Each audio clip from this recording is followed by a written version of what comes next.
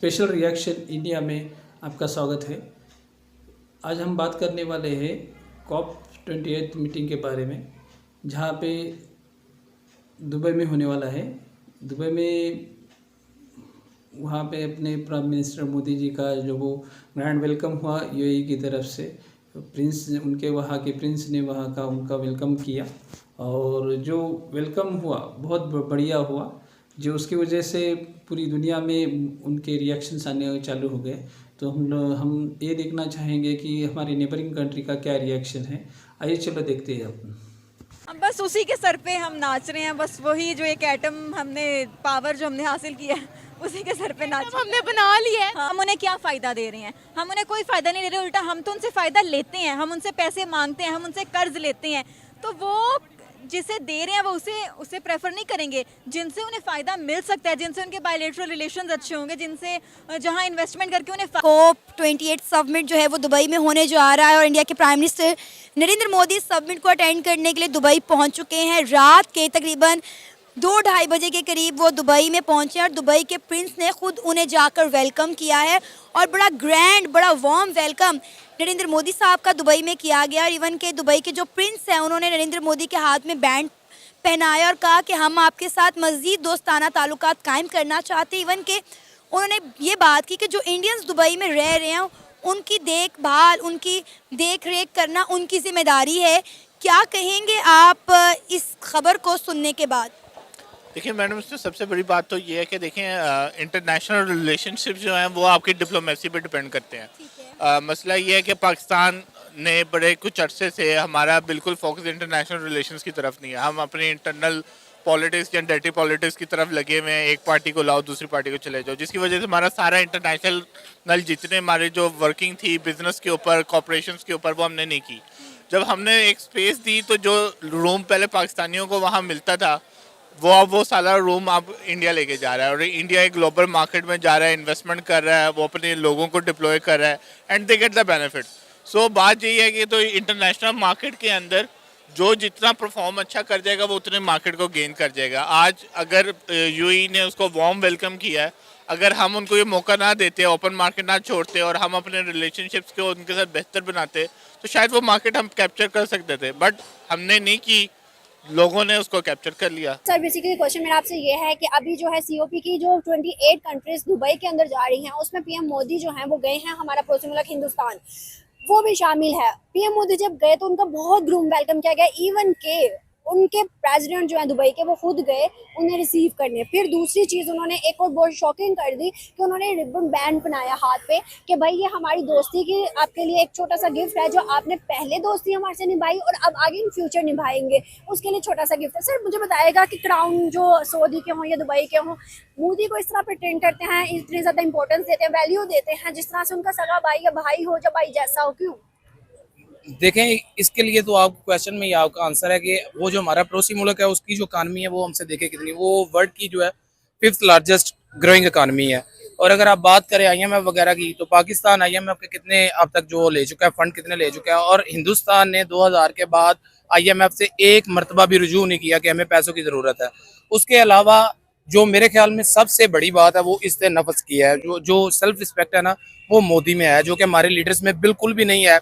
वो जाते हैं तो जाके कहते हैं कि हम मांगने नहीं आए हुए, मैं यहाँ पे मैं मांगने नहीं आया हुआ। तो जब आपने जाके अपना इंट्रो ये करवाना है टर्की जैसे ममालिक में, तो फिर मेरे ख्याल में फिर यही जो है ना वो सर्कमस्टांसेस और कॉन्सिक्वेंसेस ऐसे ही होंगे। मोदी में किस तरह की खुददारी है? लाइक उसको आप सेल्फ रिस्पेक्ट भी बोल सकते हैं। और हम बात करने वाले हैं दुबई के अंदर, यूएई के अंदर बहुत बड़ी मीटिंग हो रही है जिसमें दुनिया के लगभग 156 ममालिक के लीडर्स शामिल हैं, आए हैं, शिरकत कर रहे हैं। प्राइम मिनिस्टर मोदी को सबसे ज़्यादा प्रोटोकॉल दिया गया है। रात के 2 बजे खुद प्रिंस गए, उनका इस्तकबाल करने के लिए बहुत वार्म वेलकम किया गया है। इसके अलावा अगर हम बात करें, जब प्राइम मिनिस्टर मोदी जहाज़ से नीचे उतरते हैं, अंदर की तरफ रवाना होते हैं, मुस्लिम कम्युनिटी की जानिब से उनके लिए नारेबाजी की जाती है।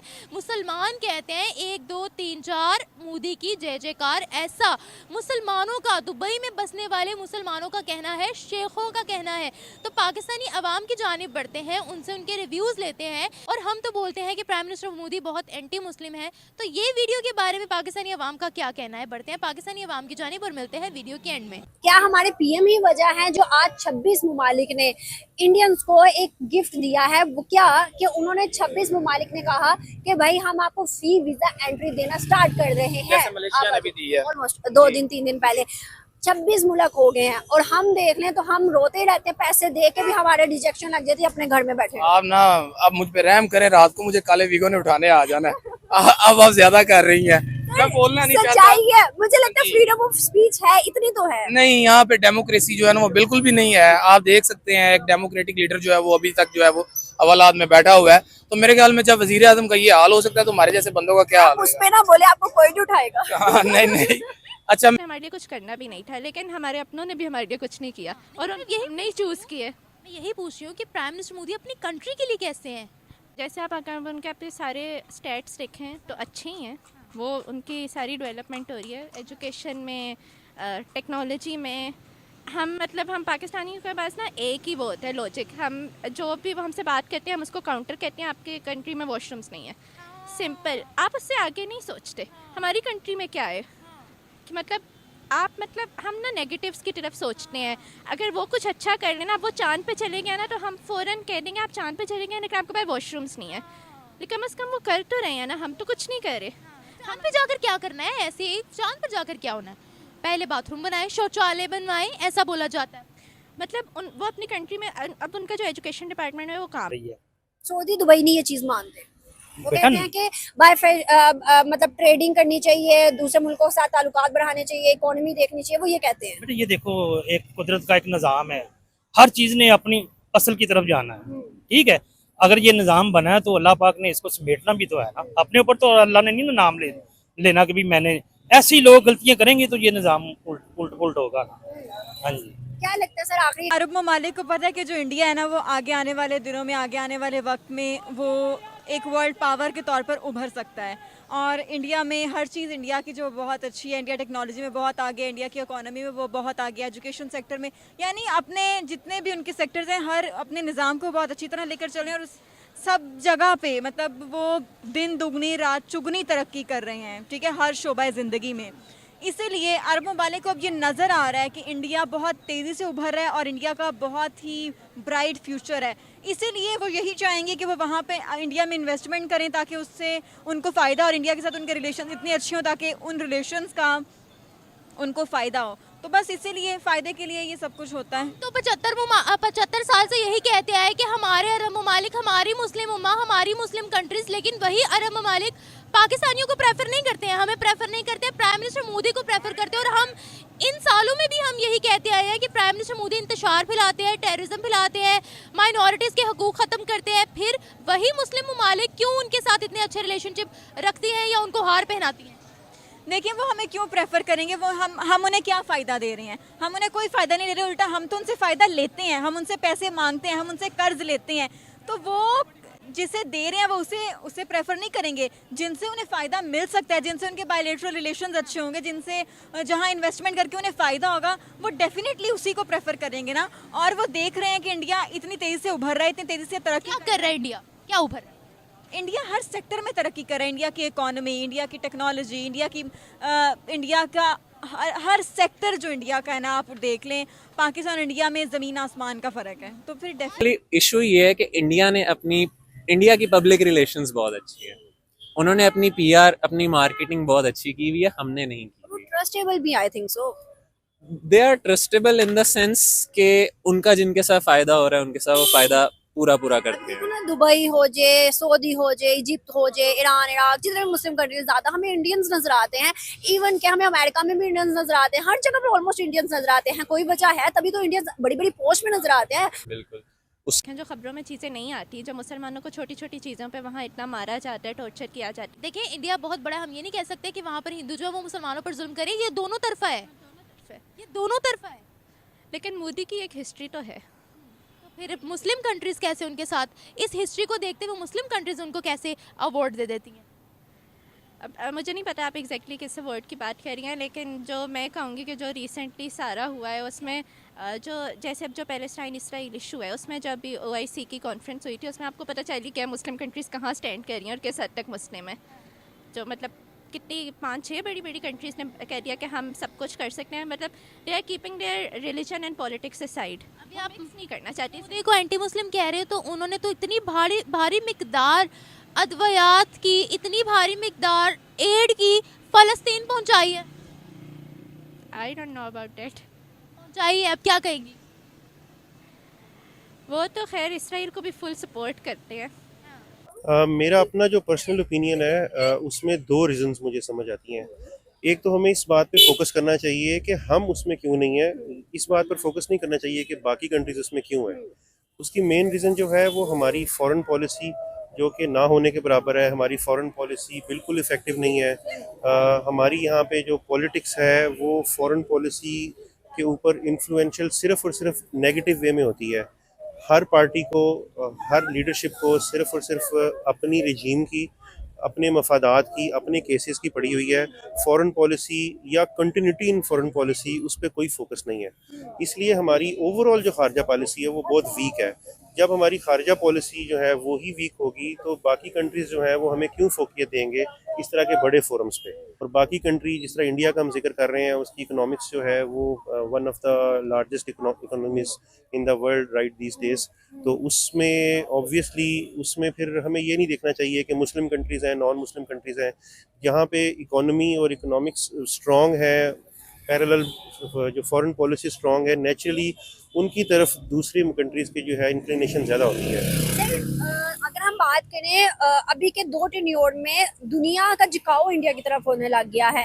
पहले भी ऑलमोस्ट ट्रेड होती थी, हर चीज़ होती थी, मगर उस तरह से हर तरफ इंडिया इंडिया नहीं होता था जिस तरह से ये 2 टेन्योर जब के PM मोदी आए हैं तब से होने लग गया है। इकोनॉमिक ग्रोथ जो है, वेस्टर्नाइजेशन, मॉडर्नाइजेशन, ये एक पैरेलल प्रोसेस है जो आहिस्ता आहिस्ता दुनिया के अंदर इवन अफ़गानिस्तान में आज से 10 साल पहले चले जाएं तो वहाँ पे कोई सोच भी नहीं सकता था कि दाढ़ी के बगैर और पर्दे के बगैर कोई एग्जिस्टेंस हो सकती है।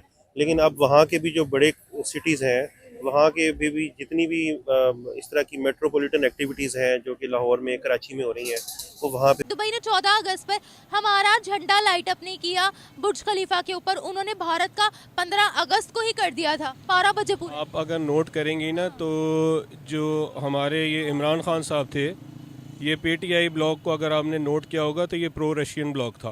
इंटरेस्ट में नहीं है, वो नहीं दे रहे। उनके क्यों इसराइल के साथ ताल्लुकात बेहतर हैं, वहाँ क्यों इतना उनके साथ टर्म्स इतने बेहतर हैं? इसीलिए हैं क्योंकि उनका पर्सनल इंटरेस्ट है।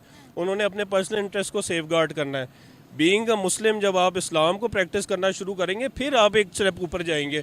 यहाँ तो कोई भी नहीं कर रहा।